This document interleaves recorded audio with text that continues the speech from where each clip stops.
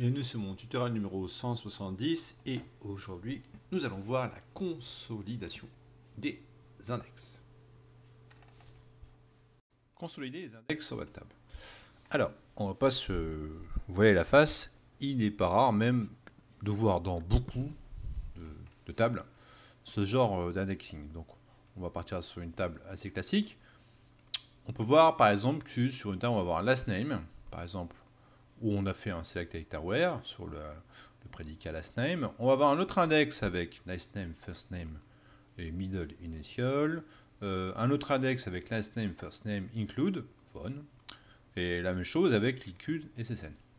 D'accord, on peut voir très souvent, je le vois très souvent, des tables qui ont qui ont des index, des colonnes qui sont répercutées sur plusieurs index. Comme par exemple ici, last name, on l'a dans 4 index. Est-ce qu'il y a vraiment besoin de mettre la colonne last name dans 4 fois, dans 4 index différents? Idem pour first name, est-ce qu'on est obligé de le mettre 3 fois? Bon, on va voir. Avant, là, il y a une mise en place à faire. Il faut télécharger 2 scripts pour voir plus en profondeur le détail des index. Donc il faut aller sur l'excellent site de SQL Skills. Donc j'ai mis le lien ici. Donc vous allez une mise en place. Il faut d'abord télécharger le premier script. D'accord, qui est ici, et le deuxième script ici. D'accord, il faut les exécuter. Mise en place SQL1, mise en place le 2. Il faut exécuter les deux pour avoir la procédure stockée qui permet de voir en détail le détail des index. Donc on va consolider nos index pour éviter la redondance de certaines colonnes. D'accord, donc il va prendre bien sûr de la place sur le stockage des pages, prendre de la place aussi sur le rebut d'index, etc., etc. Donc on va partir sur un index de ce type, qu'on verra après.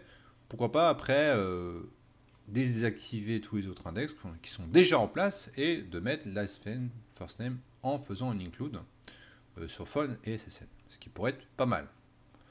Ok, donc on va voir, on va en démo, on va utiliser master, on va restaurer la base de données une nouvelle fois, on va l'utiliser et on va créer nos fameux index redondants.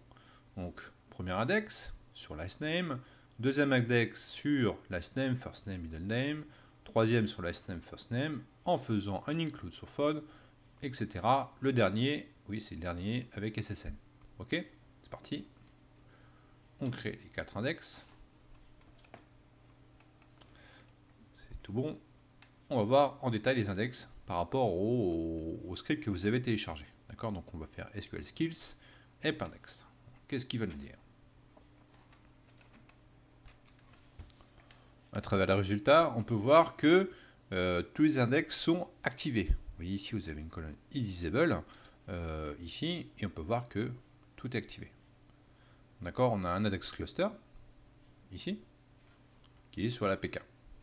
Et on voit tout ce qu'on a créé comme condensé. Last name ici, un index key, encore last name ici, encore last name ici, et first name 3 fois, avec un include sur phone et SSN.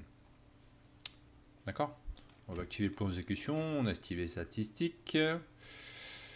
Donc on va jouer plusieurs requêtes et on va voir que ces index sont appelés différemment en fonction de chaque requête. Rappelez-vous, c'est très important, on ne peut pas dans certains cas couvrir toute la requête. Mettez-vous ça dans la tête, ce n'est pas possible. Donc certaines requêtes aussi, vu qu'on fait select étoile, va utiliser un bookmark lookup parce que l'index ne prend pas toute la couverture de la requête.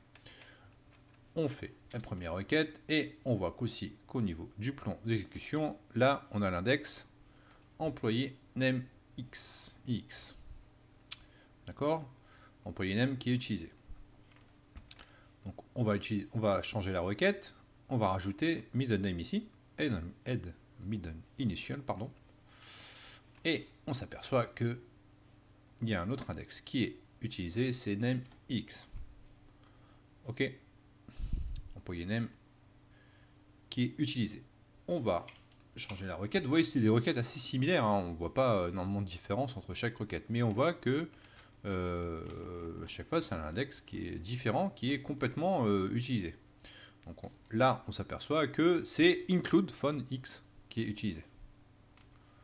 Dernière requête, on va utiliser une dernière requête ici, en rajoutant ici la colonne SSN, et en regardant en détail le plan d'exécution, on s'aperçoit que c'est l'index SNSIX. C'est pas facile à dire. Donc en conclusion, on note que dans toutes ces requêtes, il y a pas mal de similitudes, hein, et que pour X raisons, ces index ont été créés par X personnes. Alors, c'est des index peut-être qui n'ont pas été créés par un DBA, hein, peut-être que c'est des gens qui avaient accès à cette base de données, des DBA, enfin non pas des DBA, des développeurs, des tech lead, pour X raisons, bah, ils ont créé ces index, alors qu'il n'y avait pas lieu d'être. Donc là, on parle de redondance d'index. Alors, combien de stockage, donc, va prendre tous ces index? Donc, on va utiliser la fameuse vue index physical stat sur la table, sur la base de données, pardon, et la table. Ok? Donc, on va jouer cette requête qui va nous permettre de savoir la taille de l'index.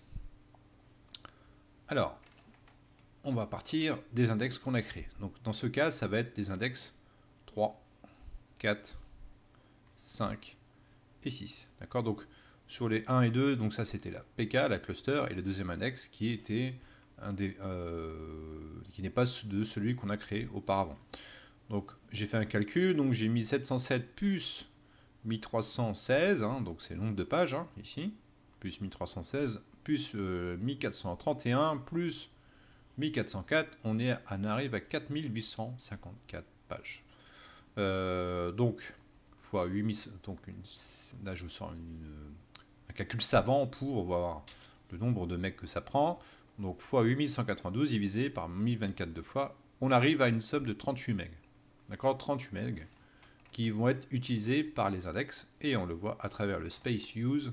Ici, on est pratiquement à 38 MB, on est à 40 MB. Donc 75 MB, et on a 40 MB utilisés par les index.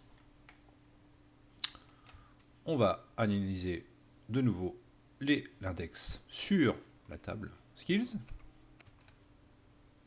Là, on a les résultats. Donc, je vous ai représenté graphiquement ici en SQL, enfin sur la query qu'on voit ici. Donc, on a un last name first name avec l'include ici. D'accord? Dans la logique, on va partir sur un index qui va prendre donc, bon, bien sûr, last name, hein, un first name ici qui est représenté 3 fois, appelé donc plusieurs fois, et middle name. Donc, on va partir sur l'index et faire un include sur phone et SSN. Ok, vous voyez la logique? Pour éviter cette redondance. Donc on va créer ce qu'on appelle un serveur tuning, un index, hein, qui va prendre donc les 3 colonnes, ici, et on va faire un include. C'est parti, je crée l'index. On va, alors, très bonne pratique, ne supprimez jamais les index avant d'avoir fait les tests. On peut les désactiver. D'accord, donc avec l'option disable, je vais désactiver les index que j'ai créés auparavant. On désactive. D'accord, si on fait un SPL skills, donc on voit qu'ici que le résultat donne des index désactivés ici. Donc on a désactivé nos index qui ne seront pas utilisés, sauf le serveur tuning X ici qu'on va juste de créer. Ok, donc on va rejouer nos fameuses requêtes. C'est parti. Alors, quel index est utilisé lors de la première exécution de la première index? Serveur tuning AX. Ok, c'est l'index qu'on vient juste de créer. On va en jouer plusieurs à la fois pour gagner du temps. On va en jouer 2 donc avec la colonne phone en plus, et aussi la middle name ici. Dans le premier, on voit que on a serveur tuning ici, l'index qu'on a créé, et dans le deuxième cas, ici, on a aussi le même index. Ok, donc on voit que l'index est pertinent. On va jouer la dernière requête. Qu'est-ce que ça nous donne? Aussi notre index qui vient juste d'être créé. Donc on voit qu'il est quand même bien pertinent notre index. Par rapport aux 4 requêtes qu'on a jouées, on a le même index qui est utilisé. Et au niveau du stockage, on va voir qu'on est pas mal. J'ai calculé ici 1541 plus 28 plus 1, donc ça fait 1540. Bon, n'est pas loin de 1575, donc j'étais parti sur l'ancienne démo. Bon, là, on n'est pas à une page près, 1500, donc avec le calcul savant, on est passé de 12 MB au lieu de 38 MB. Donc on a gagné 26 mégas en supprimant, bon dans notre cas on a désactivé les index. Donc c'est une petite table, hein. Donc si ça avait été une énorme table avec beaucoup d'index, beaucoup de colonnes, beaucoup de lignes, le gain est énorme. Et le space use, donc on va voir que au lieu d'avoir 41 MB, là on est à 15 MB au niveau d'index size. D'accord? On a gagné 26 MB. Donc il faut tester. Il faut tester tout le temps la consolidation de vos index et vous allez voir que vous allez être énormément gagnant.